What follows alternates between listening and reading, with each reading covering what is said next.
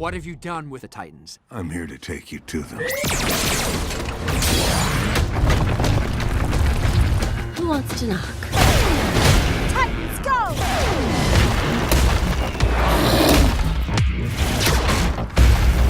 Oh, you wanna play? I'm gonna enjoy shutting you up. Metreon Zenthos!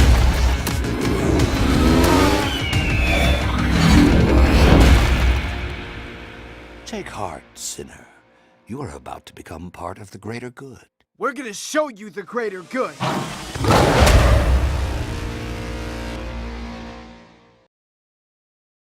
Alright. Much better than Justice League Dark. Much better. So Teen Titans The Judas Contract is already pretty far along in its universe. Dick Grayson has already left and then come back to the Titans. I mean, I guess he had to leave because he's not really a teenager anymore. It's kind of like the kids next door. Once you turn 18, they kick you out and you become the enemy. I know there's actually a couple movies before this one. I just rented Teen Titans versus Justice League, or Justice League v Teen Titans, Dawn of DC animated movies. So after this, I'm going to start watching them all backwards. So we're going to be like Memento and get the whole New 52 animated universe in.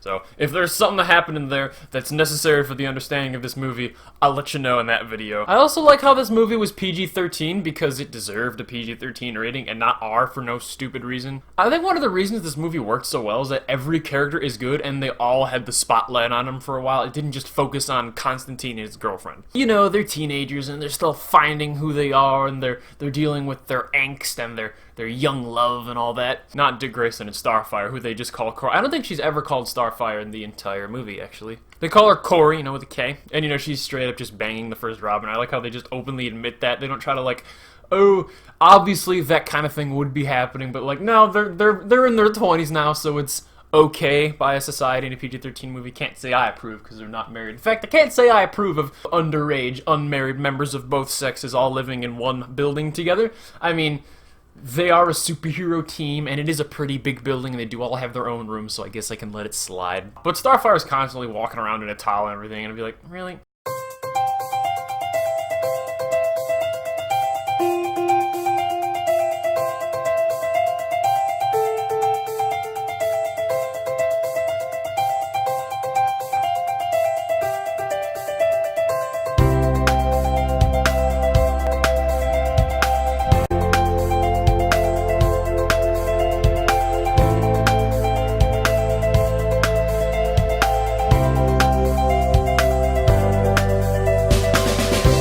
Beast Boy wasn't nearly as annoying as I thought he'd be, being, who he is. Remembering him from the show, I mean, he's got his bouts of, hey, I'm a teenager and I like pizza, and, I'm on the social medias and stuff. He's even on Kevin Smith's podcast at a point. But he still understands the situation of, being a Teen Titan and the responsibilities with that, and he's able to turn his immaturity off for the, the greater good, so I appreciate that. And then Robin 2, Damian Wayne, who's like the youngest member, you would think would be some whiny, annoying brat, is the most mature member of the entire team, despite his voice being that like a girl's. He's all about tactics, he's anticipating stuff before it happens, and he doesn't trust anybody. I'm like, yep, that's Batman's son right there. And then Raven is just awesome. And then Tara is the conflicted one. Tara's like the one who's like, oh, I want to be alone. She's constantly butting heads with the other members of the team. She doesn't really want to be a Teen Titan, but then again, she doesn't really have any other friends. And there's something else going on with her, and she adds the most depth to the movie by far. And she's kind of like the Jean Grey from Apocalypse. She's kind of like,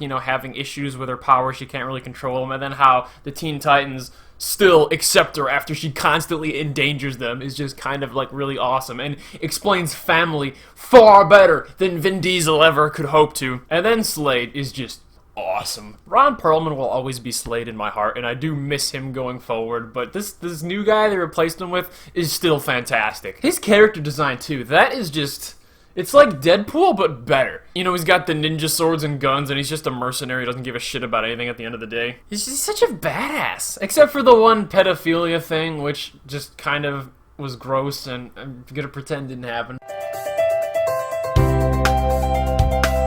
And at the end of the day, the actual villain, Brother Blood or whatever, fades to the background, and I forgot about him for most of the movie because I was so focused on the Titans and their internal dynamics that they were dealing with. And this is definitely more so a character-driven movie than a story-driven movie. Because, really, at the end of the day, the goal is just stop the bad guy, as it's always been before. But what elevates it from average superhero movie are the characters, the Teen Titans, and I thought that was really well done. And I would say the only character who isn't great would be Dick Grayson, you know, old Robin, because he seems like a pretty bland, pretty generic, you know, I'm the older guy and I'm doing the right thing, and he doesn't add much, and I think Corey could do way better, to be honest. But even without him, he still got plenty of good characters, and I'll give Teen Titans the Judas Contract an 8 out of 10. The new Wonder Woman movie's coming out, so the DC animation is cranking out these movies. They're all really short, and the animation budget quality isn't the highest. It's kind of like halvesy between like an episode of a TV show and a full-fledged animated feature film, so it's kind of strange how they're doing that. So definitely don't buy any of these for full price, unless you're just the hardcore of hardcorest DC fans. But yeah, I've just been renting them all, so that's what I recommend you can do. Half of them are probably free at the library anyway, because a lot of them are old. So we'll make our way through all of them eventually. Slowly but surely.